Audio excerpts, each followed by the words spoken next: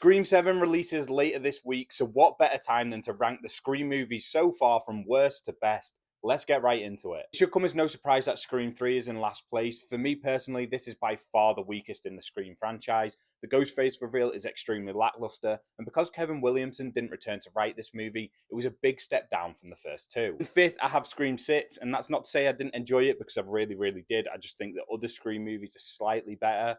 Three Ghostfaces rather than two or even one was a really nice twist, even though it was slightly predictable along the way. But overall, it had a really strong and enjoyable storyline, so another fantastic addition to the Scream franchise. Fourth is Scream 4, and this was a movie that was way ahead of its time and has grown on me over the years. Bringing social media into the equation was a stroke of genius from Wes Craven and Kevin Williamson, and the final act is one of my favourites of the whole franchise. Third, and this might be a hot take, but I've got Scream 2. This is one of the best horror sequels of all time. The Ghostface reveal in this is perhaps the most shocking of the entire franchise, and it is thoroughly enjoyable throughout, something that I can rewatch over and over and over again. But I just think the other two Scream movies to come are slightly in front. Second is Scream 5, and it's for the simple reason that I didn't even want this movie to be made, and when it was announced, I expected the worst. But instead, I got one of the best cinema trips of 2022, and this is without a doubt the biggest surprise of the Scream franchise, and it's probably the best acted as well, with some great additions to the cast. But of course, the best Scream movie is the original. It is one of the best horror movies of all time, with its brilliant meta commentary,